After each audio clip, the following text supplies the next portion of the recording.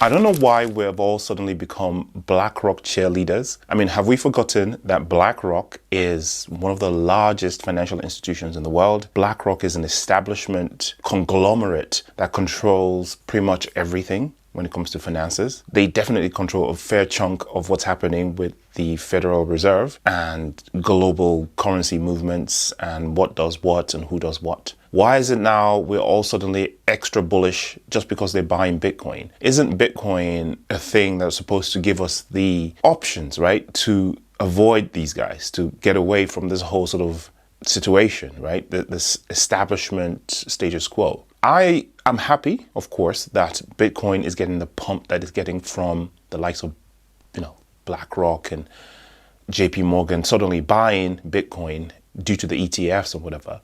But I just feel really nervous about how bullish Fink and the rest are about Bitcoin.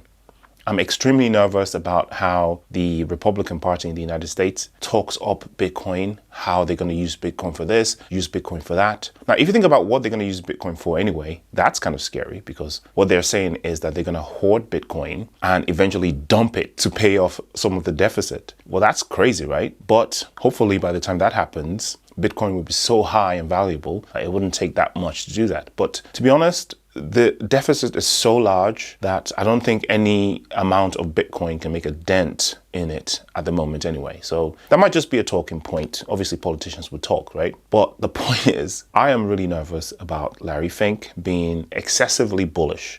Just within a few days, he's come out and given incredibly bullish statement about Bitcoin being its own assets class and how it's going to the moon. And there are a lot of inferences to the fact that he thinks that Bitcoin is going to be more valuable than even gold in terms of market cap and adoption, right?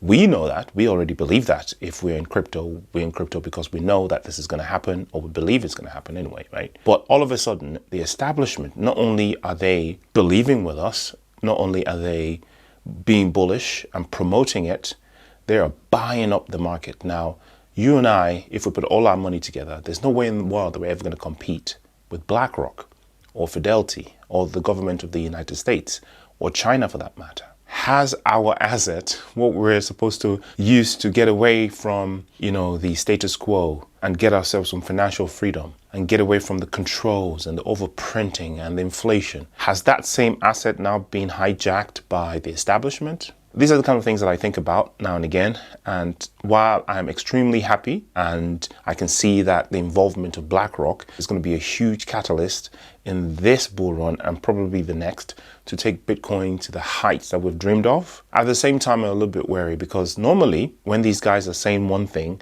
they're doing something else, or at least they have an alternative plan that is to their benefit and to our detriment. So now if BlackRock is now suddenly so bullish on Bitcoin, and they're also talking about other cryptos as well, right? There's been talk of Ethereum, there's talk of XRP. If they're so bullish on this and they're accumulating so much, how long before BlackRock surpasses Satoshi to become the largest holder of Bitcoin? That's going to happen soon. And at the rate of the inflows that we're seeing at the moment, it's not going to take too long. They've done what they've done in less than a year. Another year from now, they could have doubled, tripled, quadrupled their holdings. And then what? They completely control Bitcoin. At that point, is Bitcoin really decentralized? I mean, yes, the network is decentralized. They can't take that from us. They need the network to be decentralized. Otherwise, it doesn't work the way it's supposed to. But if one entity holds that much Bitcoin, and there's an entity that we know that is connected to the powers that be, that are in tune with, the World Economic Forum and other things that are, taking us to this one dream that they've been orchestrating for years, decades even, right? Some would say centuries. And you can't blame me for being a little bit skeptical and a little bit wary. Anyway, this is not financial advice. Do your own research. I'll see you in the next one. Peace.